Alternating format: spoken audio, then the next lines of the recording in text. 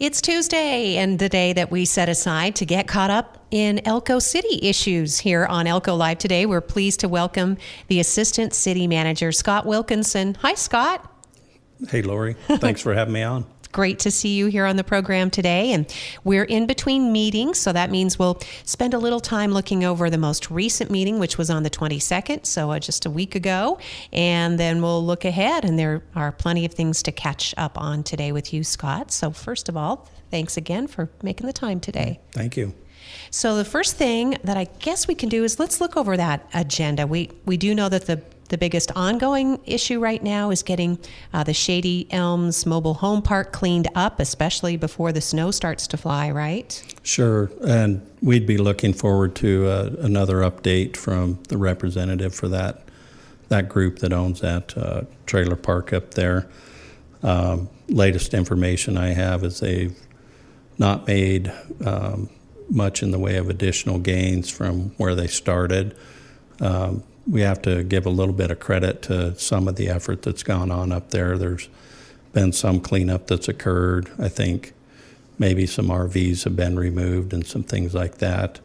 But so we were pretty excited when we saw that initial response, but it seems to have stalled out a bit. So we'll see what kind of update we get and what kind of direction we might get from the city council. Right, because this is a project different than the 8th and Idaho Street Elko Inn. That actually is a public nuisance, and I understand there's some litigation, I think, that is underway in that property. It took months and months it was a concerted effort with Elko police and city officials to at least get that place boarded up, which nobody wants to see, especially an Idaho Street property boarded up. Shady Elms, though, is not officially a public nuisance. Is that right, Scott? No, we have not declared a public nuisance on that property as of this date, but that's what's under consideration before the city council. So, like I said, we are pretty excited about the initial response and looking forward to working with the owners of the property to, address the issues up there. It's always good to try to keep owners engaged. You just seem to make better progress rather than get into a position where you're litigating issues and things like that. That just slows everything up. So in addition to the actual physical problems that are up there with, like you mentioned, burned out trailers, and at one point we had open sewage and some electrical problems. I think those are the two things, especially the city wanted to see address those obvious safety hazards. Correct. I believe some of the sewage issues have been addressed. We don't know if those will crop back up, going forward. It doesn't seem like there's really any park maintenance in place up there to really deal with issues that the residents of the park might have. And so I think the residents end up taking it up on themselves to try to address whatever issues they have. And then the electrical issues are still outstanding. And that is a big concern, obviously a fire concern. And so with trash littering property, something I thought about, Scott, I was watching a recent council meeting and someone brought up the issue that there's some neighboring property, not part of Shady Elms, in which a person just heaps garbage on their property. But they seem to think that it was okay to do that if it's private property. But the city does have ordinances regarding that kind of thing, right? We do. And actually, as of yesterday, we started our new code enforcement employee. And so we're kind of back up and running in that department. If people have concerns, they can certainly submit written complaints to the city of Elko. And then we follow up on those complaints. All right, so it's not okay to live next to any property that is heaped with garbage or has any kind of hazard or even weeds growing. That's a fire hazard. Yeah, there's multiple codes that address those type of issues. So you get into your vector control. We don't want a bunch of flies being attracted to a place, things like that, or animals. Yeah, it's just not being a good neighbor to do that. All right. So, and if you're concerned about abandoned vehicles on public property, or vehicles that, now that kids are back in school and we're going to have snowplows out before you know it, if they're blocking, you can't see around intersections, you can always call or at least file a complaint online with the code enforcement officer, Scott? Correct. Okay. Yes. All right. So find all those details online and know that Shady Elms is an ongoing issue. I guess one more topic there, and that is the people that Shady Elms has seemed to attract that really shouldn't be there, right? I know the city has also tried to get some evictions, or I guess the property owners tried to get evictions. Yeah, and I believe they were successful on evicting several people. I'm not sure of the exact count.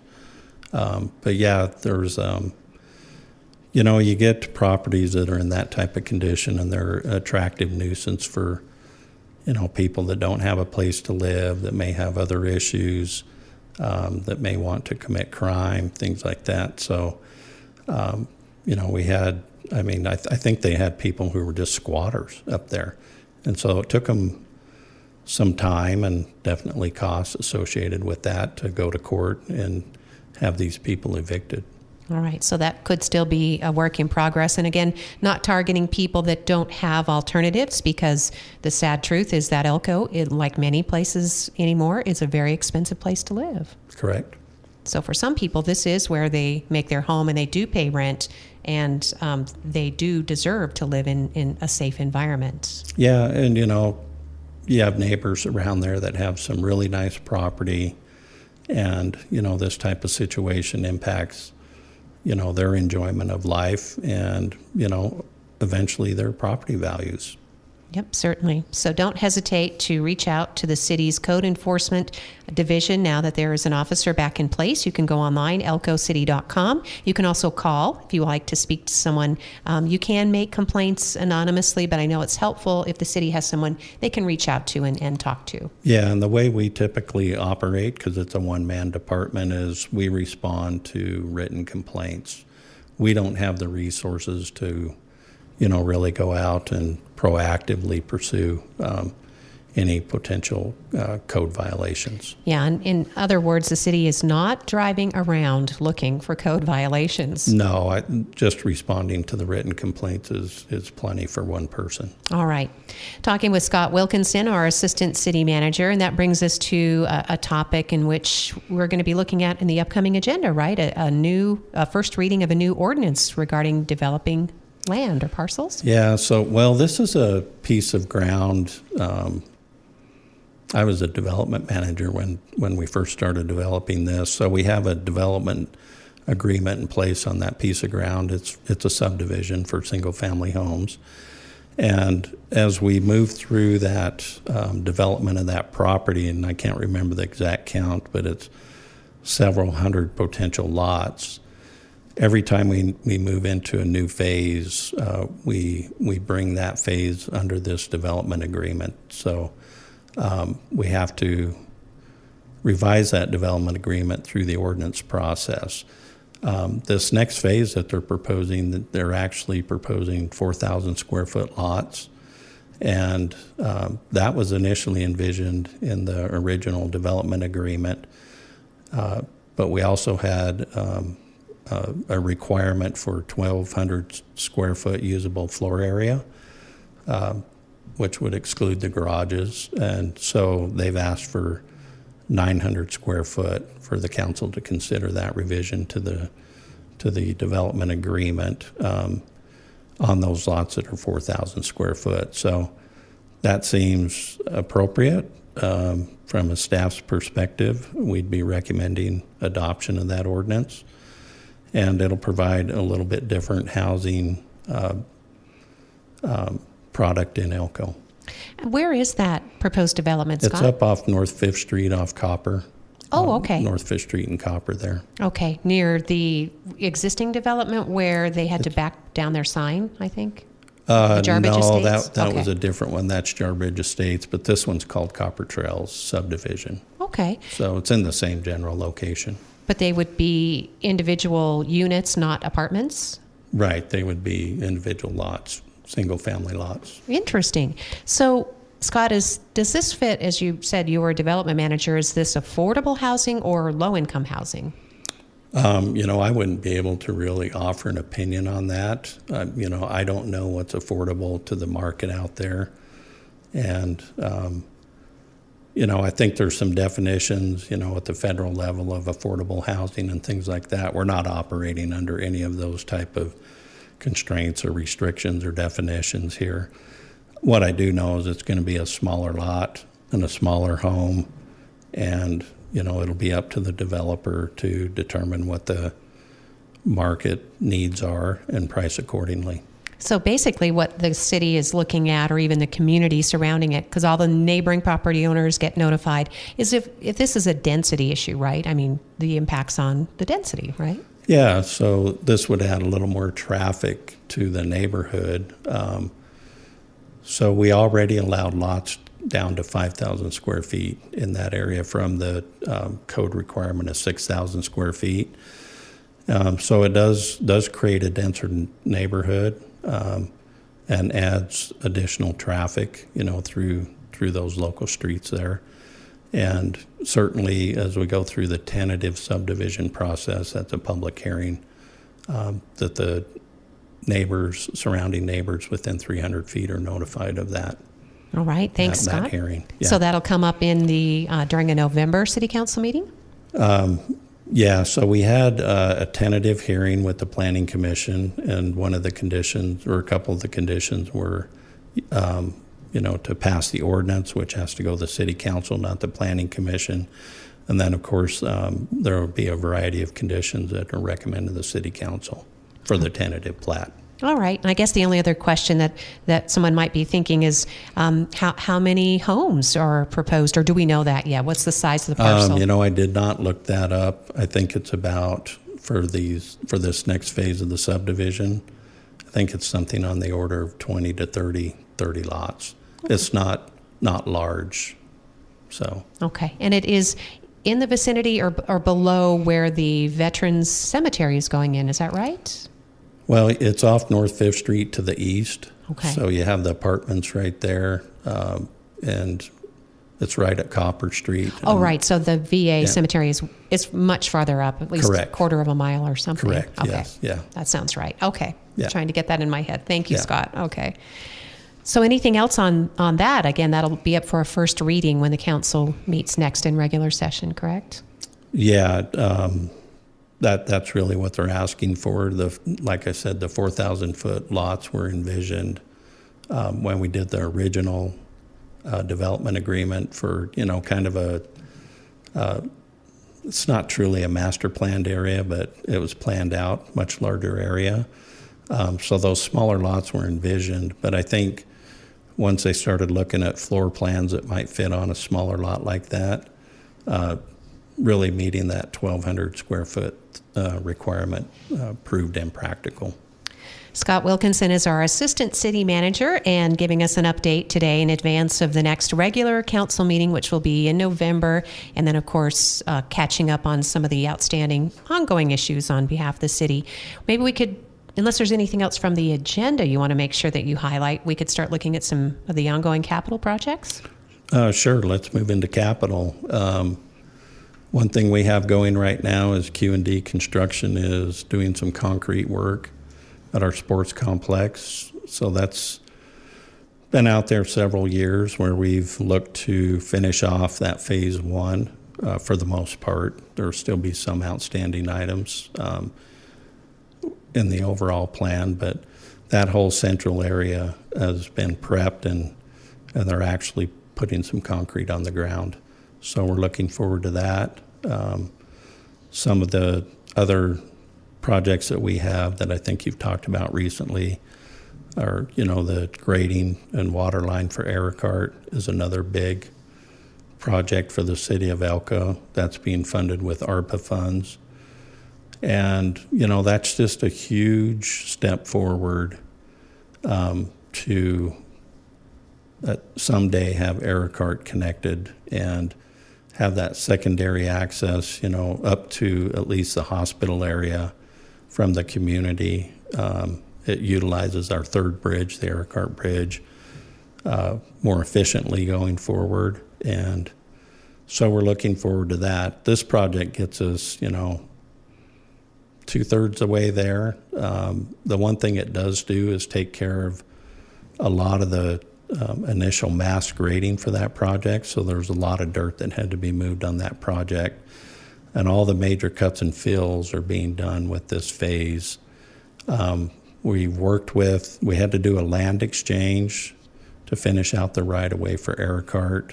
We buttoned that up, and we're just looking at annexing that little piece of property, dedicating the last little bit of Errecart. We'll have a complete right-of-way alignment for Errecart. We have the design has been completed for Errecart.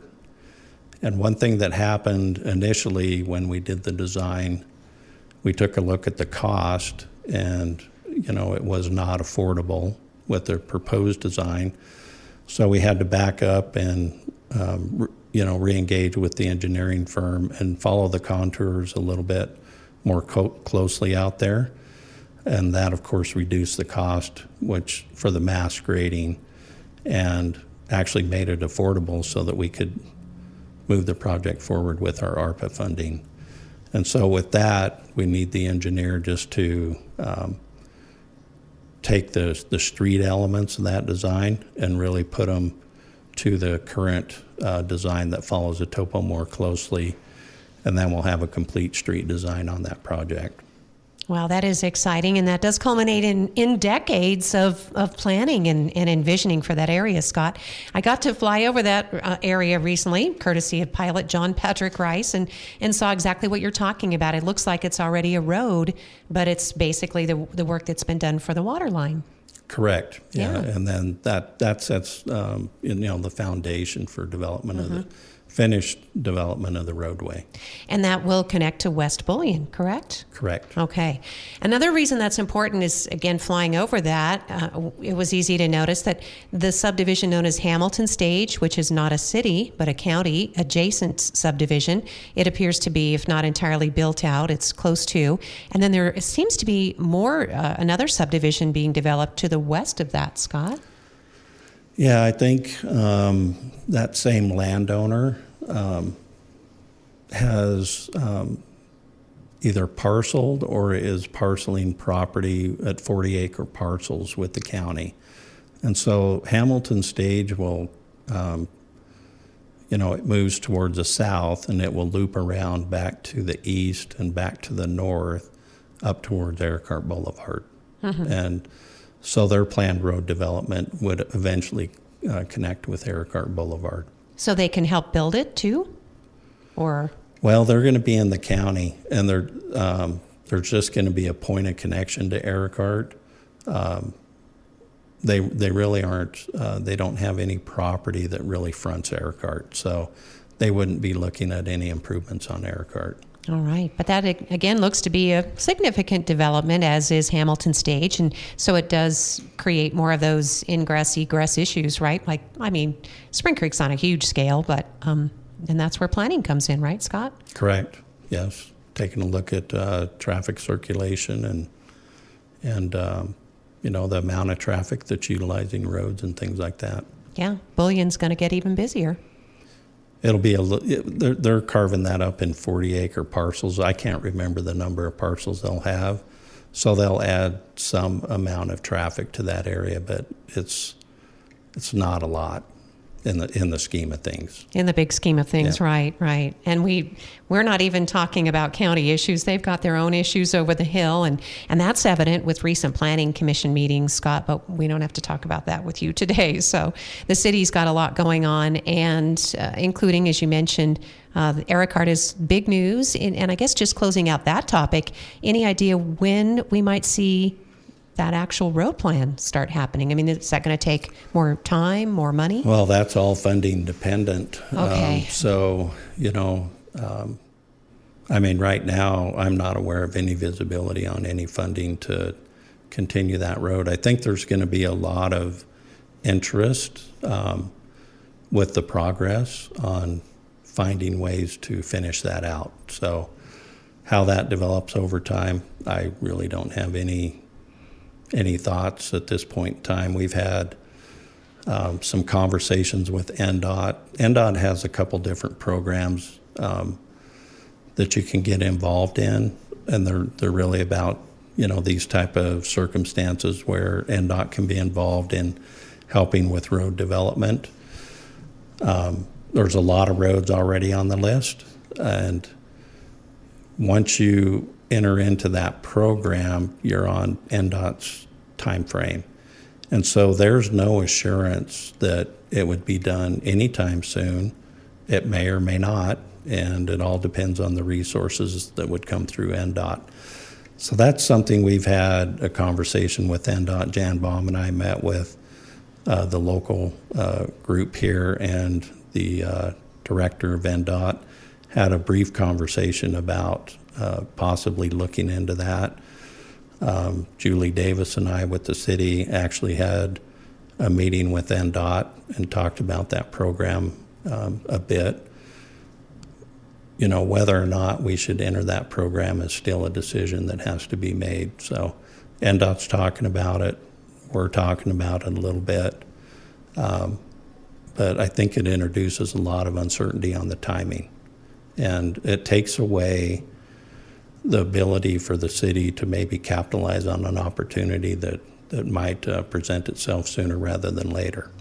Okay, Scott, and so obviously timing is everything, and we got this far on Errecart because of the infusion of ARPA money, the American Rescue Plan Act, through the COVID relief. That's not likely to happen again anytime soon. So that's correct. Yes, the city had plans in place, and that's what even made that possible. Yeah, and I think this really helps. So if you see the area starting to develop, road improvements come with development. You've seen that on Jennings. And as we've gone, north of I-80 on Jennings, development's paid for the extension of that road, continues to pay for the extension of that road.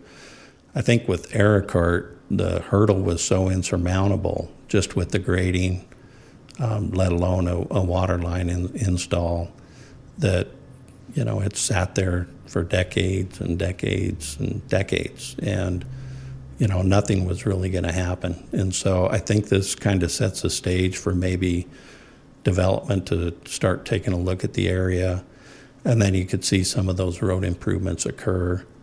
But again, those would be tied to development over time. Elko's a small community, and that could be a long time frame that you'd be looking at.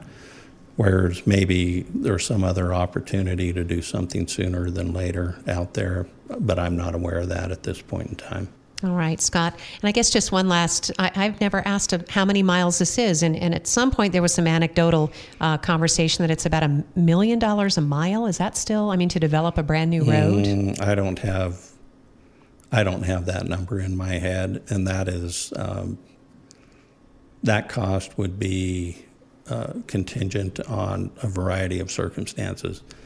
How much grading do you have to do? So Cattle Drive, which took a lot less grading, would be a lot less money than road development in Errecart. How much was it? Cattle Drive? Yeah. Oh, let me think back. Was it $4 million? I was going to say that. I should have just said. Yeah. I think it was like $4 million. Yeah, I'm thinking. Yeah. Okay. And this, what's the distance of this? So this is, I don't have that off the top of my head, but it's probably about 1 3/4 miles or something total. Okay. That a little we're doing less than across 2 that. miles. Okay. Yeah. Yeah. Thinking about that. Okay. So something to keep planning for, though, right? The city does have master plans. Yeah, and if you look at this, so we're going across, basically a section of ground, and, we're spending much more than $1 million a mile here because of the grading. So this is a, $8 million, $10 million project by the time we look at just this grading and a water line installation. And so, it's a lot more than what we're looking at on Cattle Drive 2X, right? Yeah, that's right. So, a lot more open space. And as you said, it was relatively flat compared to this contouring. Correct. Okay. Mm-hmm. Well, exciting, Scott. This is as close as we've ever been. So, and like it does look cool from the air. It's like, oh, there's a road there. But And it really enables the community to figure out how to get the rest of it done as we go forward. Really, without doing this, Errecart looked good on paper, and that was about it. But this really made it become a reality.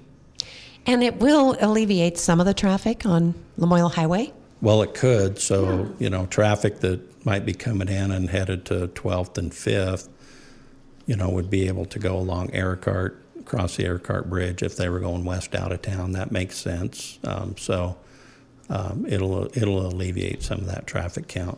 All right. But again, no timeline, no budget, but it's punched in. Yeah. And, I think the community's acutely aware of it now that we're spending the money and you see the work. And, the other thing this does, if you have any disruption between 12th and the hospital, you really can't get emergency vehicles to the hospital. And so having this developed, even if it's graded and has a base surface on it where you could at least have some traffic on it, that would be a big step forward for the community.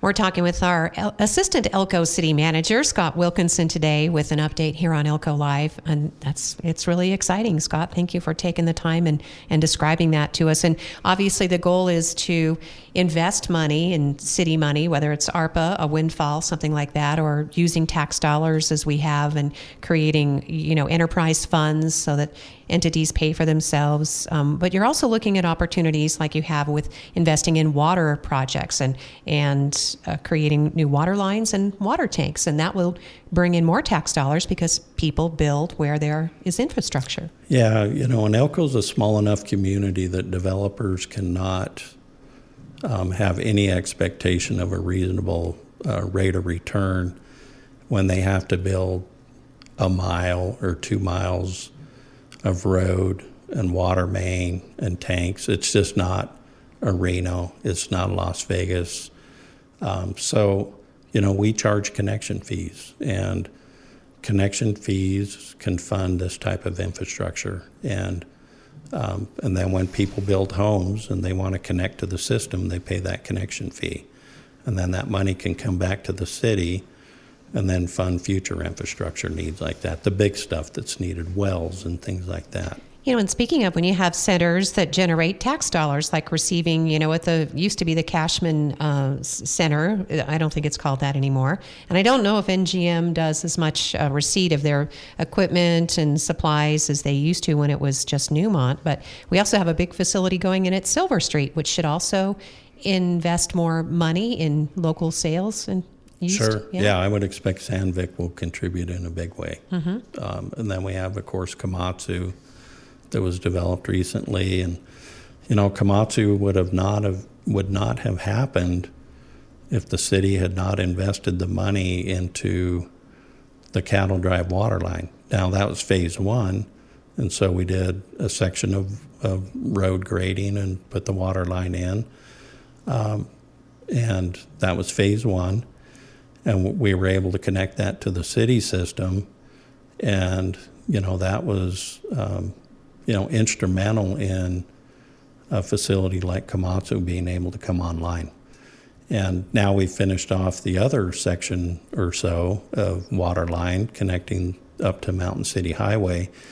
And so we have a lot better flow on Cattle Drive down to exit 298. So we're in a lot better position to support a lot more Komatsu's type infrastructure, big stuff, off that third interchange with the city of Elko.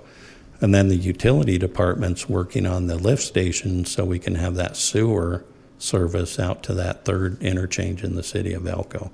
And it's important.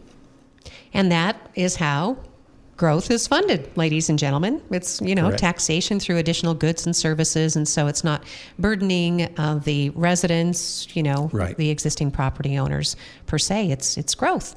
So if it's not goods and services, it might be something like tourism and entertainment, and that's also what the city is helping invest in with the event center, right, Scott? And I don't know if Correct. there's any update on that. I don't have one other than we did, agree to the conveyance of property. And so we're working toward that, which will enable that process to move forward. And it looks like work continues on the recreation center, which is located right there in the city near the existing pool. So we should have a new pool hopefully by summer 2025. Yeah, it's been a little bit of a slow start, I would say that, but they are making progress. And I'm not sure of their construction timeline, but hopefully we see that come online, about that time. And the city had very good reason to turn that project over to privatize it, if you will. It's a public-private partnership that the Boys and Girls Club can better fund that facility using private donated funds, and then not, they can avoid prevailing wage.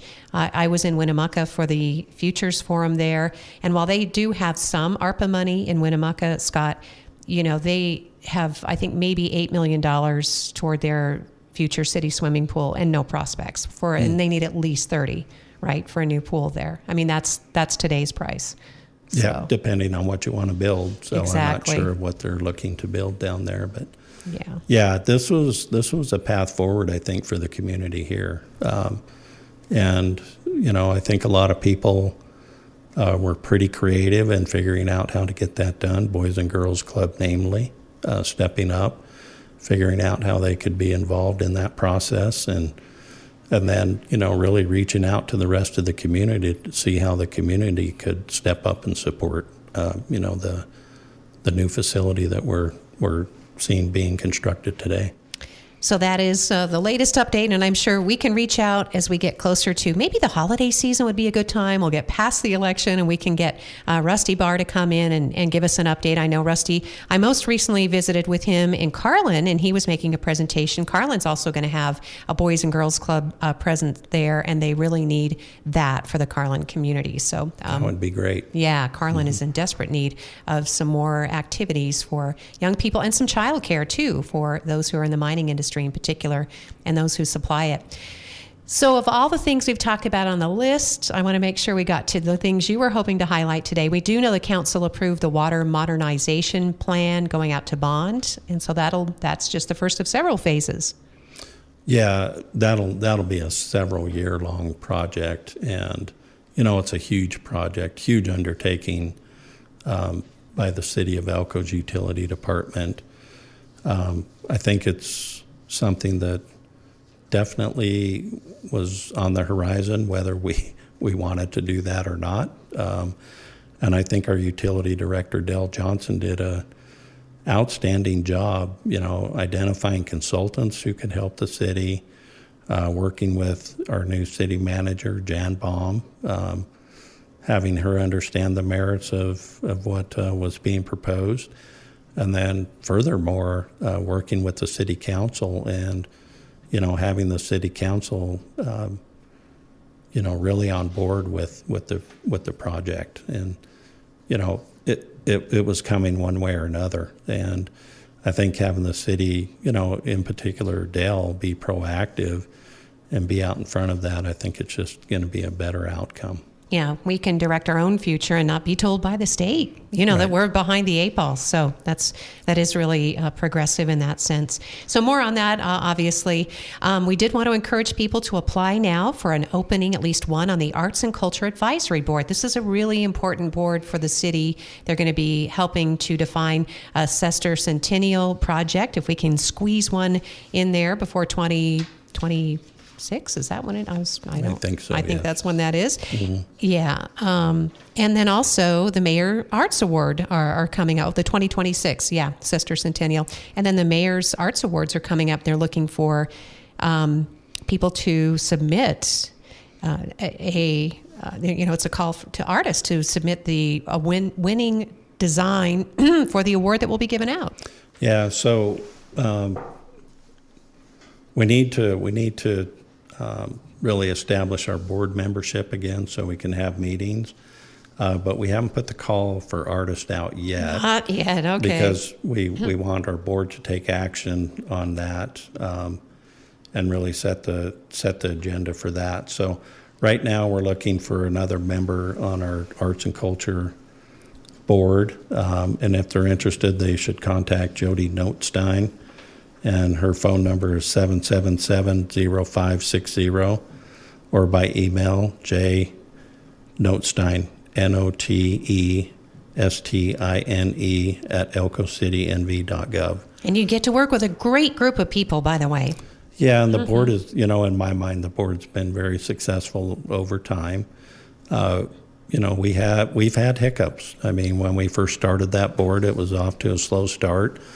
We gained some momentum, did some great projects, and we're kind of in a lull again. And we need to, get our board kind of pulled back together again and refocused and start doing some good projects again. All right, Scott, thank you for the nod. And again, if you're interested, City of Elko Arts and Culture Advisory Board, this is a very important panel to help define what kinds of art we'll be installing in the future. There is funding, but sometimes you have to go out and help raise the funding and generate the awareness and the need.